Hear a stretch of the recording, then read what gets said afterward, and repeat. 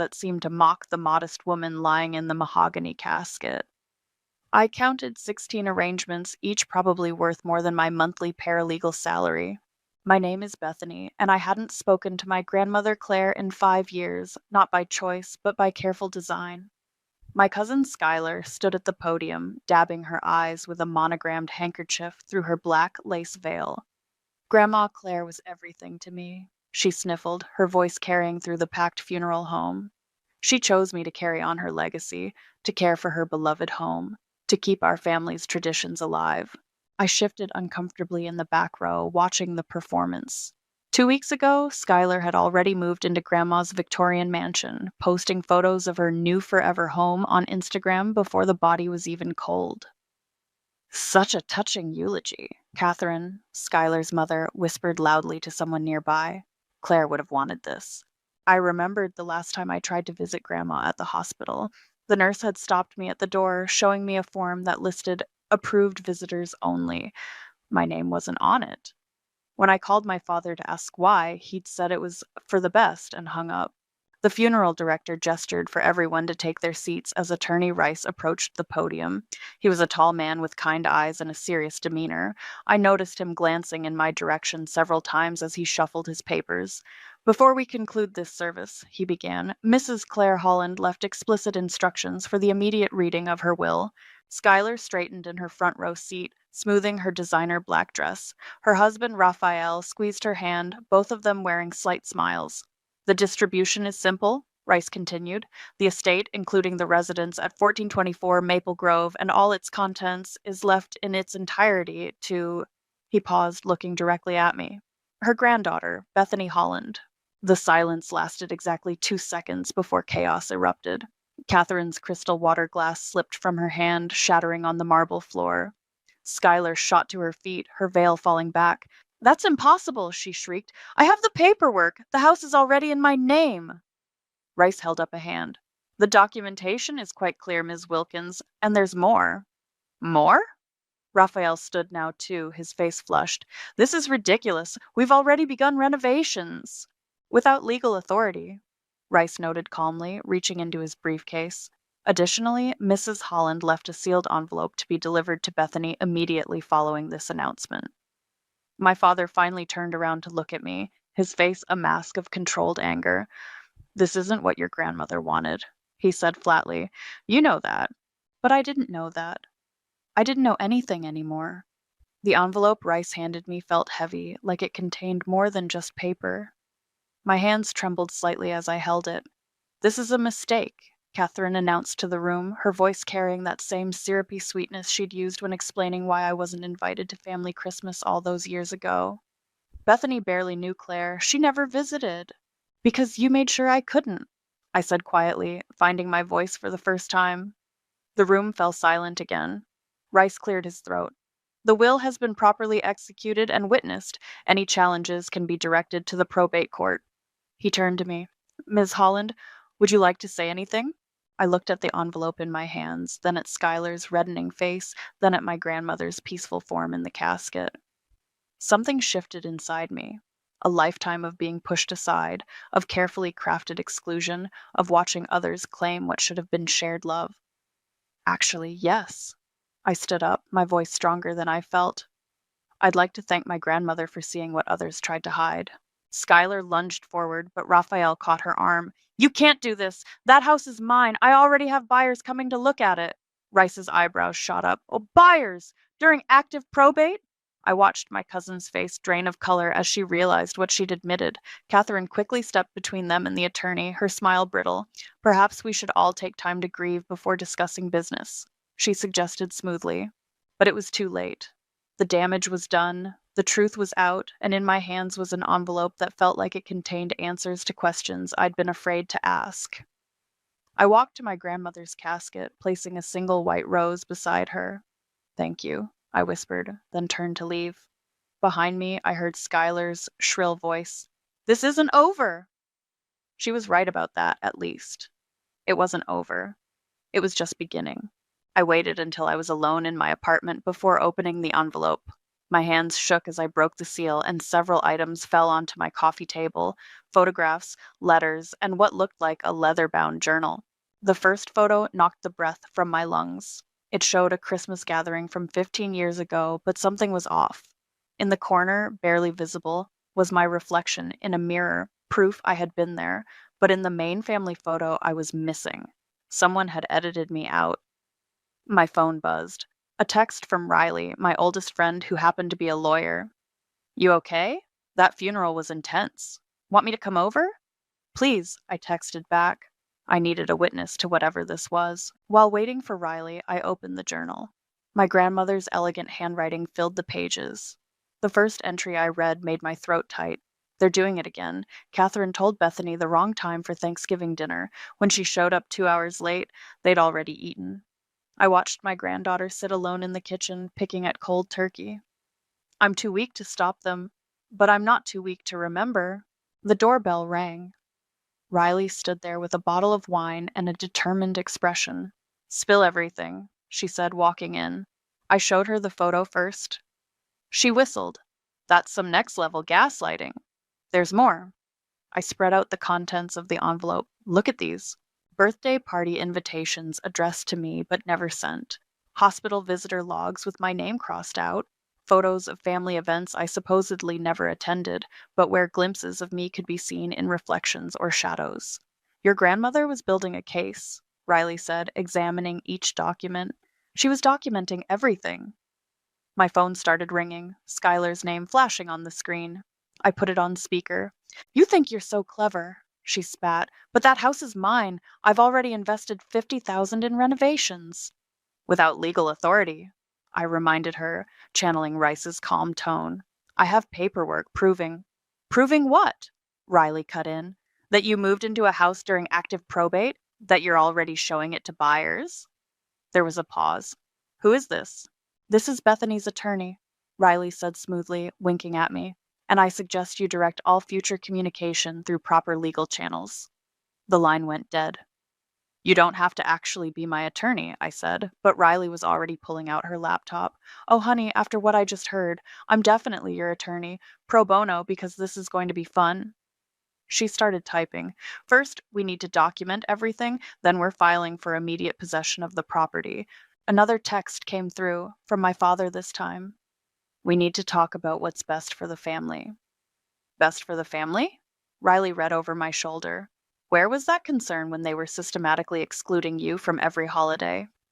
I picked up my grandmother's journal again, flipping to a more recent entry. "Skylar and that husband of hers were in my study again today, going through my papers. They think I'm napping, but I see everything. They want the house so badly, but they don't deserve it. Not after what they did to Bethany. My quiet girl who never fought back, never caused scenes. She deserved better, and soon she'll have it." The doorbell rang again. This time it was Catherine, holding what looked like legal papers. "We're contesting the will," she announced without preamble. Riley appeared behind me. "On what grounds?" Catherine's perfectly lined lips tightened. Claire wasn't in her right mind. She was confused, manipulated. "By whom?" I asked. "I wasn't allowed to see her, remember? You made sure of that." "You ungrateful little—" Catherine stopped herself, composing her face into a familiar sympathetic mask. "Bethany, dear, think about what you're doing. This will tear the family apart." "The family's been torn apart for years," I said, finding strength in my grandmother's written words. "You just didn't want me to notice." "We'll see what the courts say," Catherine snapped, thrusting the papers at me. Riley intercepted them. "Yes, we will. And I'll be very interested to hear their take on the unauthorized renovations and attempted sale of a property under probate." After Catherine left, Riley turned to me with a grim smile. "They're scared. They know something we don't yet." I picked up another photo from the envelope. This one showed Skylar and Raphael in my grandmother's study, rifling through her safe when they thought no one was watching. The date stamp was 2 weeks before she died. "No," I said, holding up the photo. "I think we're about to find out exactly what they're afraid of." Riley examined the photo and grinned. "Oh, this is getting better by the minute. Ready to take back what's yours?" I thought about all those lonely holidays, all the carefully orchestrated exclusions, all the years of gaslighting. "Yes," I said firmly. "I'm ready." The journal in my lap seemed to pulse with possibility. My grandmother had seen everything, and now finally, so would everyone else. Riley and I spent the next morning at the county records office. While she dug through property documents, I kept reading my grandmother's journal. Each entry revealed more of the family's careful campaign to push me out. Holy crap, Riley suddenly whispered, spreading papers across the desk. Look at this. She pointed to a mortgage application dated 3 weeks before my grandmother's death. Schuyler's signature was at the bottom as the property owner. But she didn't own the house, I said. Exactly. Riley pulled out her phone and started taking pictures. This is fraud. They tried to secure a mortgage by falsifying ownership documents. A familiar voice behind us made me freeze. What are you doing here? Raphael stood in the doorway, his real estate agent smile faltering as he saw the documents spread before us. Funny, Riley said, not looking up. I was about to ask you the same thing. He stepped closer, trying to see what we were reviewing. His face went pale when he spotted the mortgage application. That's private documentation, he said quickly. Actually, Riley corrected, these are public records, including this interesting mortgage application with your signature as a witness. Want to explain that? Raphael backed toward the door. You need to stop digging, for your own good. Is that a threat? I asked, standing up. It's advice, he snapped, then hurried away. Riley was already typing on her laptop. And sent.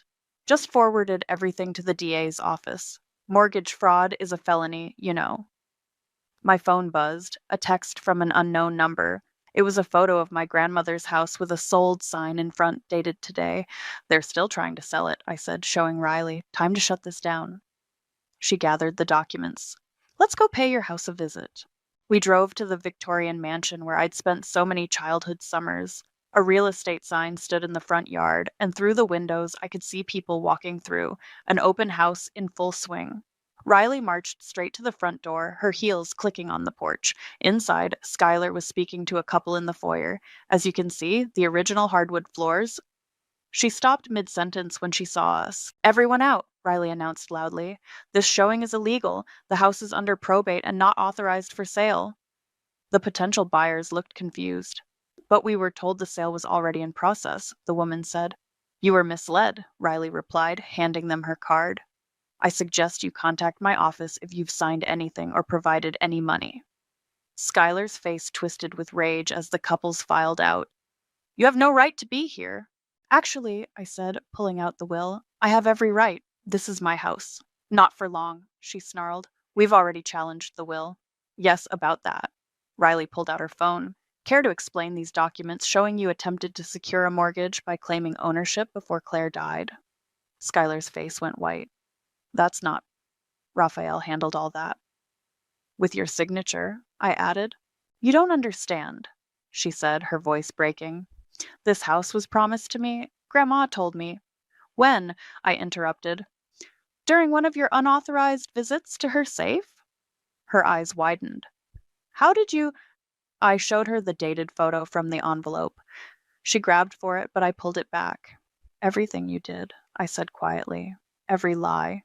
Every manipulation. She saw it all, and she documented everything. You're bluffing, she whispered, but her hands were shaking. Riley's phone chimed.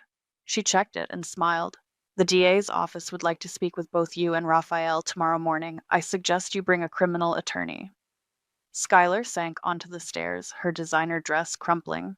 You don't know what you're doing. The family will never forgive you. The family? I laughed.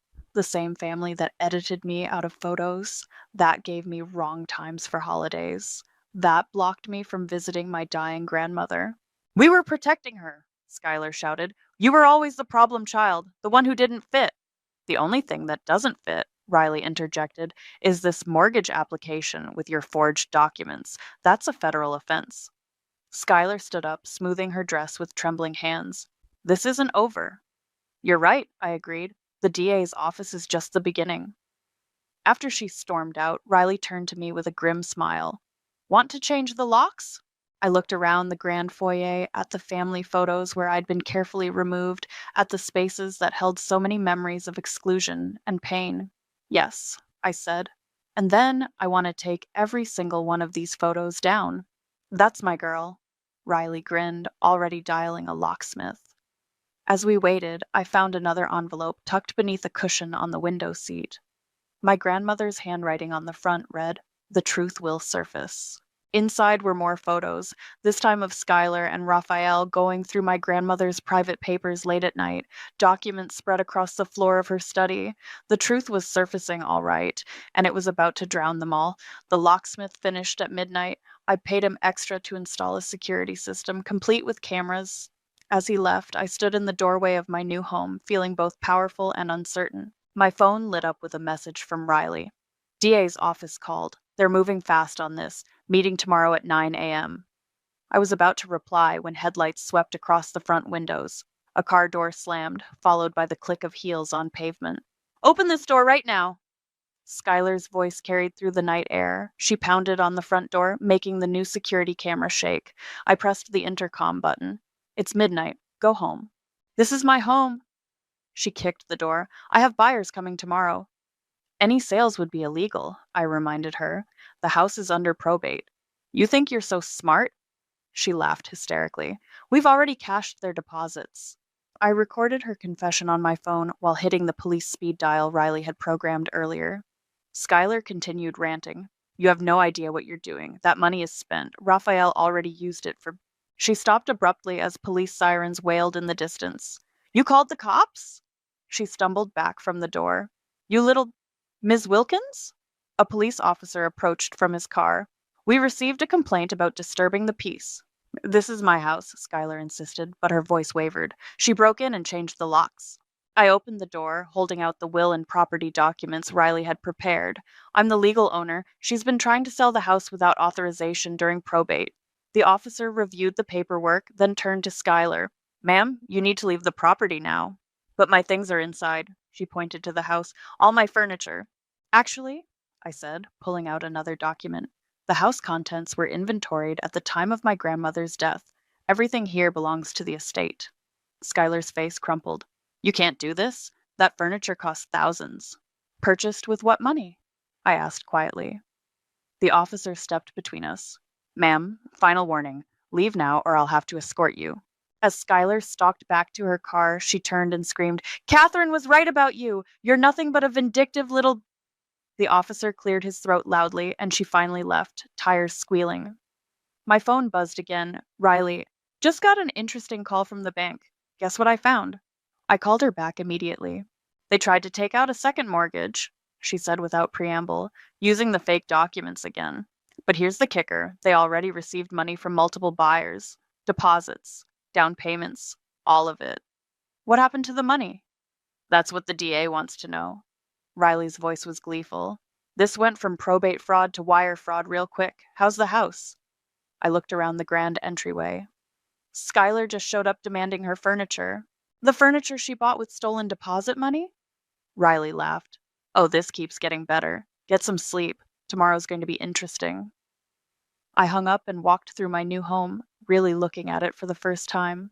Behind an old painting, I found another note in my grandmother's handwriting. "Check the blue room." The blue room had been my grandmother's private study.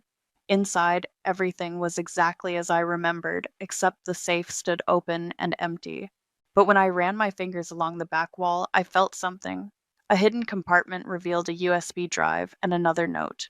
"My dearest Bethany, I knew they would raid the safe after I died. That's why I kept the real evidence here. The drive contains everything: bank statements, forged documents, security footage. I installed cameras last year when things started disappearing. They thought I was a foolish old woman. They were wrong. Love, Grandma." My hands shaking, I plugged the drive into my laptop. Folders upon folders of evidence appeared: videos of Schuyler and Raphael going through papers late at night, screenshots of bank transfers, photos of them bringing potential buyers through the house while my grandmother was in hospice. My phone rang, an unknown number. "Bethany?" A man's deep voice came through. "This is Detective Harding with the Financial Crimes Unit. We've received some concerning documentation about your cousin and her husband. How soon can you come in?" I looked at the USB drive, still glowing in my laptop. "I have something you need to see first." "Oh?" "My grandmother left evidence, a lot of it." There was a pause, then, "I'll be there in 20 minutes." I sat in my grandmother's study, surrounded by the proof of years of deception, and felt a strange sense of peace. They'd thought they were so clever, so careful, but they'd forgotten one thing: the quiet ones see everything. And now, finally, everyone else would see it too.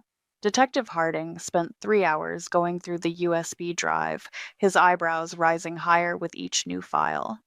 When my father's number flashed on my phone, the detective nodded for me to answer and kept recording. Bethany, my father's voice was artificially warm.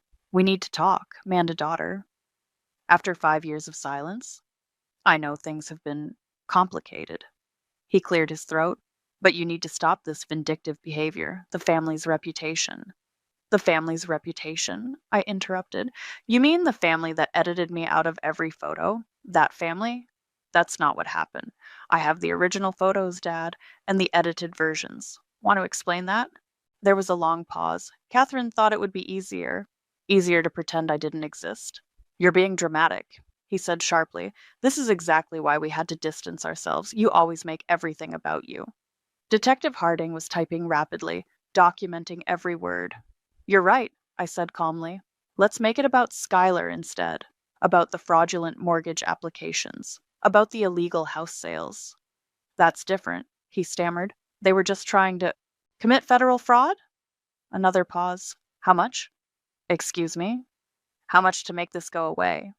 His voice was low, urgent. Name your price. Detective Harding leaned forward, interest piqued. Are you trying to bribe me into dropping criminal charges? I asked clearly. Don't be crude, my father snapped. I'm offering to solve this within the family. Like you solved my relationship with Grandma by blocking me from her hospital room. That was for her own good. He was shouting now. You were always a disruption, always causing problems. The only problem, I said quietly, is that I finally have proof of everything you did. The line went dead. Detective Harding stopped his recording. Well, that was illuminating.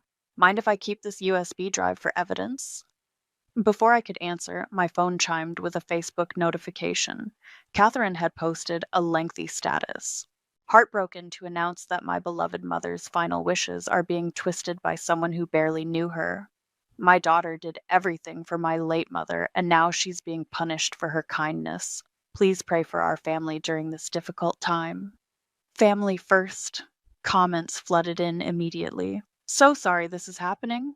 Prayers for justice. Some people have no shame. I was about to close the app when Riley called. Don't react to Catherine's post, she said quickly. I just found something bigger. Remember those buyer deposits Skylar mentioned? They're gone. Gone? Transferred to an offshore account. Raphael moved them last week. We're talking serious money, over $500,000 in deposits from multiple buyers. Detective Harding, who was still gathering his papers, looked up sharply. Did you say offshore accounts? I put Riley on speaker and she explained what she'd found. The detective pulled out a fresh notepad. This just went from local fraud to federal, he said, writing rapidly. We'll need to bring in the FBI. My phone buzzed again, a text from Skylar. Hope you're happy. Raphael just got called in for questioning. This is all your fault. I showed it to the detective, who added it to his evidence file. Don't respond, he advised. Let them keep digging their hole deeper. After he left, I walked through the house again, really looking at the family photos still hanging on the walls. In one, I noticed a slight blur where I should have been standing. In another, an awkward gap in the group positioning where I'd been edited out. Behind one frame, I found another note from my grandmother. They think appearances are everything. Let them keep thinking that. The truth matters more than pretty pictures. My phone kept lighting up with notifications as Catherine's Facebook post spread through the family network. Distant relatives I hadn't heard from in years were suddenly experts on my character, my motives, my relationship with my grandmother. Then a new message appeared from my grandmother's old neighbor, Margaret. Bethany, I need to tell you something. Skylar was bringing people through the house while your grandmother was in hospice. Claire asked me not to say anything. She was afraid of confrontation in her final weeks. But she left me a letter to give you. Can we meet? I texted Riley immediately. More evidence coming. Grandma left letters with the neighbors, too. Her response was quick. She really did think of everything. The DA's going to love this. I looked out the window at the manicured lawn, remembering all the summers I wasn't allowed to visit, all the holidays I was told were canceled only to see photos later on Facebook. Another text came through, this time from Detective Harding. FBI's involved now. They want to meet tomorrow. Bring everything you have. I smiled, thinking of the hidden letters, the secret recordings, the years of carefully documented deception. Oh, I texted back, I will. The FBI office was nothing like the movies. No dark interrogation rooms, just a bright conference room where Agent Sarah Martinez spread documents across a large table while Detective Harding and Riley sat beside me.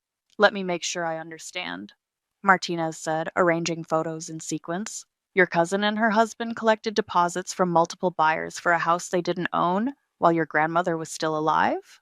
Yes, Riley confirmed. We've documented at least 7 different deposits. And the money? Transferred to accounts in the Cayman Islands, Detective Harding added, total amount approaching 700,000. Martinez whistled softly. That's not small-time fraud anymore. The door opened and a junior agent entered. They're here. Raphael walked in first, followed by an expensive-looking lawyer. Schuyler came next, then Catherine. My father entered last, not meeting my eyes.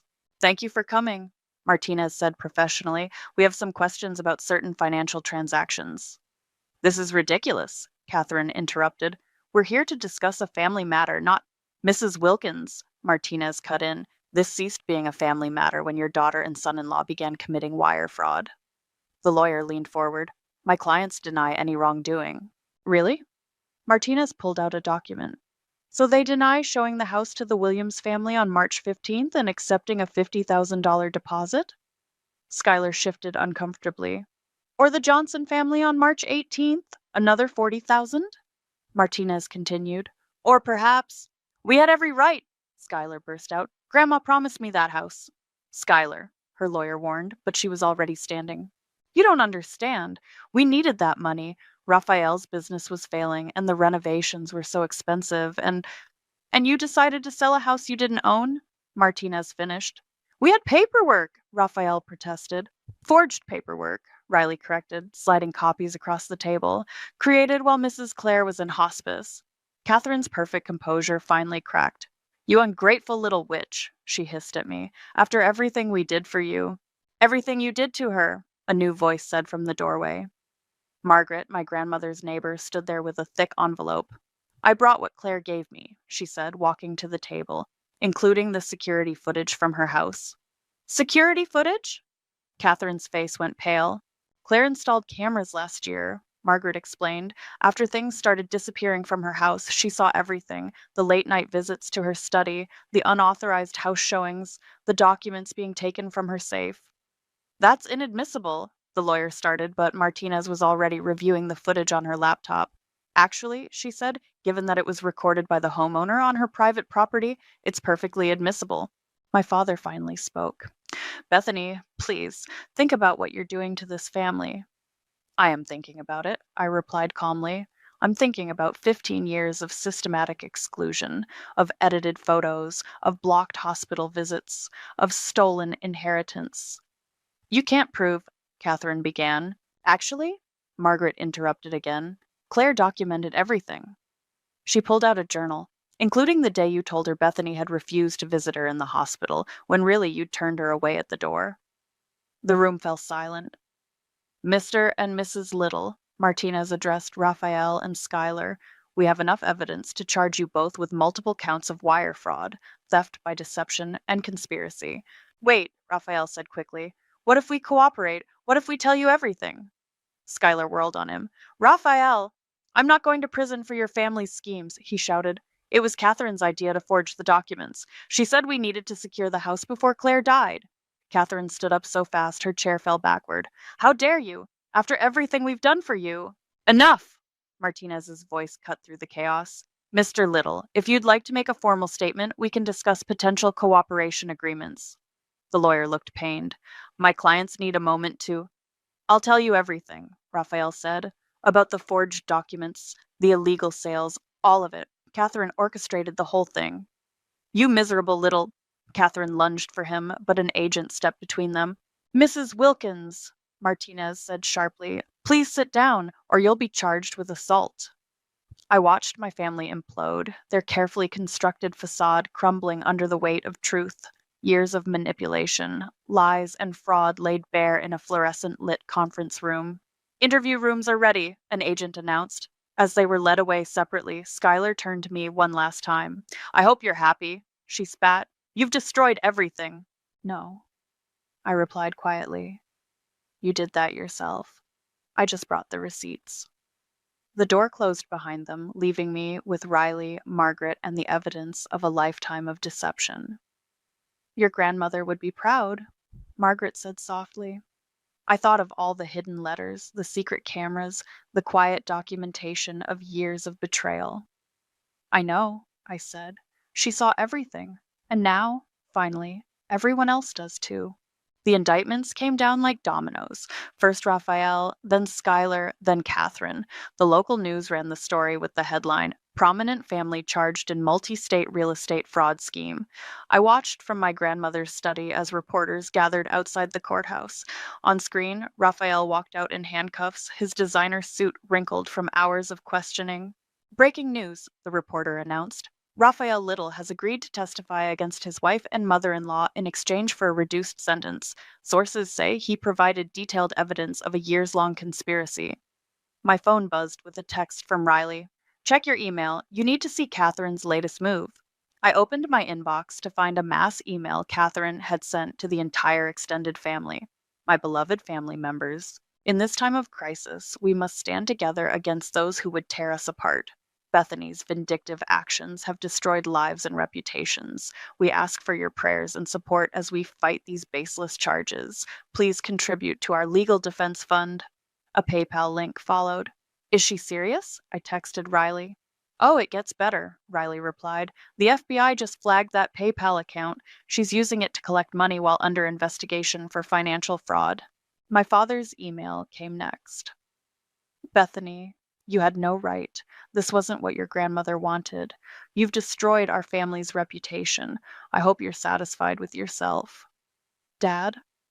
I opened my grandmother's journal and took a photo of one specific page, sending it as my reply. John keeps telling everyone Bethany doesn't want to visit me, but I saw her at the hospital last week, trying to get past security with tears in her eyes. They're using my illness to punish her. This stops now. She is my only deserving heir. His response was immediate. Those journals were private. Like the family photos you edited me out of, I texted back. The doorbell rang. Margaret stood there with a box of old VHS tapes. Found these in my attic, she said. Claire asked me to keep them safe. They're recordings of family events, the original versions, before the editing. We spent the afternoon watching them on my grandmother's old VCR. There I was at Christmas, age 12, before they started cropping me out. There I was at Schuyler's Sweet 16 before Catherine decided I was too disruptive to invite to parties. Look at this one, Margaret pointed to the screen. Claire recorded this secretly. The footage showed Catherine and my father in the hospital waiting room. We have to keep Bethany away, Catherine was saying. If Claire changes her will, she won't, my father replied, as long as we control who sees her. My phone rang. Detective Harding. Thought you'd want to know, he said. Raphael's singing like a canary. Says Catherine orchestrated everything, from the edited photos to the fraudulent sales. Says she's been planning this for years. Any word from Schuyler? Still denying everything, but her lawyer's pushing for a deal. The offshore accounts are the nail in the coffin. The family group chat exploded with notifications. Catherine had posted again. My dearest daughter is being persecuted for loving her grandmother too much. Please share our GoFundMe, Riley replied instantly. Soliciting funds while under federal investigation is a separate crime. I forwarded this to the FBI. The chat went silent. Another text came through from an unknown number. It was a photo of my grandmother's house with the message, You'll regret this. I forwarded it to Detective Harding, who responded immediately. Traced it. Came from Schuyler's phone, adding witness intimidation to the charges. Margaret touched my arm. There's one more tape you should see. The final VHS showed my grandmother sitting in her study, recording a message. Bethany, if you're watching this, then everything has come to light. I'm sorry I couldn't stop them sooner, but I could document everything. Watch, remember, and know that you were always loved. The doorbell rang again. This time it was Agent Martinez. "Catherine's been arrested again," she announced, "caught trying to access the offshore accounts, and we found something interesting in her house." She held up a folder of documents, original photos, unedited, showing me at every family event, proof of their systematic erasure. She kept the evidence of her own crimes, Martinez said, shaking her head. Classic narcissist behavior. My phone lit up with a final text from Skylar. "My lawyer says I should tell the truth. I'm sorry, Bethany. Mom made us do it. All of it. I know it doesn't make it right, but, I'm sorry." I sat in my grandmother's chair, surrounded by the evidence she'd carefully collected. The tapes, the photos, the journals. Years of quiet observation and documentation waiting for the right moment. "Your grandmother?" Margaret said softly. "She always said the truth would surface, like cream rising to the top." I looked at the chaos unfolding on my phone, the arrests, the confessions, the crumbling facade of family perfection. "She was right," I replied. "The truth always surfaces. And sometimes, I thought, it surfaces with handcuffs and federal charges." The morning of the sentencing hearing, I found one last envelope hidden in my grandmother's desk. The paper was fresh, not aged like the others, a final letter from Attorney Rice. "Dear Bethany, your grandmother left one more surprise. Come see me after today's hearing." Rice. The courthouse was packed with reporters. Catherine, Schuyler, and Raphael sat separately with their lawyers. My father hadn't shown up. "In the matter of federal wire fraud," the judge began, "this court has reviewed the evidence and plea agreements." Catherine stared straight ahead, her perfect posture finally broken. Schuyler kept wiping tears from her face. Raphael just looked tired. "Raphael Little, in recognition of your cooperation, this court sentences you to 18 months in federal prison and restitution of all stolen funds." He nodded, accepting the punishment. "Schuyler Wilkins, given your eventual cooperation and guilty plea, you are sentenced to 36 months in federal prison and restitution." She started sobbing quietly. "Catherine Wilkins," the judge's voice hardened, "as the orchestrator of this scheme, and given your attempts to continue fraudulent activities while under investigation, you are sentenced to 72 months in federal prison, plus restitution." "This is an outrage!" Catherine stood up. "We're a respected family. You can't—" "Remove the defendant," the judge ordered. As they led Catherine away, she turned to me. "I hope you're satisfied. You've ruined everything." "No," I said clearly, making sure my voice carried. "You ruined everything when you decided to erase me." Outside the courthouse, Riley hugged me. "Ready to see Rice?" "Almost." I walked over to Schuyler, who was saying goodbye to her lawyer. "I really am sorry," she whispered. "I should have stood up to Mom years ago." "Yes, you should have." I handed her a photo, us as children, before everything went wrong. "But maybe in 3 years we can talk about it." She clutched the photo, nodding through tears. Rice's office was warm and familiar now. He smiled as I entered, holding a small wooden box. "Your grandmother's final gift," he said. "She wanted you to have this after justice was served." Inside was a key and a deed to a small lakeside cottage. "I don't understand," I said. "The house wasn't enough?" "The house was justice," Rice explained. "This is peace. The cottage where she used to take you fishing, remember? Before everything changed?" I remembered those quiet mornings by the lake, just me and Grandma. Before the editing, before the exile, before the fraud. "She bought it secretly," Rice continued. "Catherine never knew. It's yours now, a place untouched by all this drama." My phone buzzed, a text from my father. "The family will never recover from what you've done." I showed Rice, who chuckled. "Want to see something interesting?" He pulled out one last document, a DNA test. "Your grandmother ran this privately," he said. "Turns out Catherine isn't even related to Claire. She was adopted as a baby, but used her perceived blood connection to control everything. Claire found out last year." "So all that talk about blood and family was a lie," Rice finished. "Like everything else." I drove straight to the cottage. The key turned smoothly in the lock. Inside, everything was exactly as I remembered. The old fishing poles, the quilted throws, the peace. On the kitchen table sat one final envelope. "Read this last." My grandmother's handwriting flowed across the page. "Dearest Bethany, If you're reading this, then justice has been served. The house was your inheritance, but this cottage is your sanctuary. They tried to erase you from photos, but they could never erase you from my heart. I'm sorry I couldn't stop them sooner. But I could watch, record, and prepare. Everything they did to you, I documented. Every lie they told, I saved. Not for revenge, but for justice. You were never the problem child.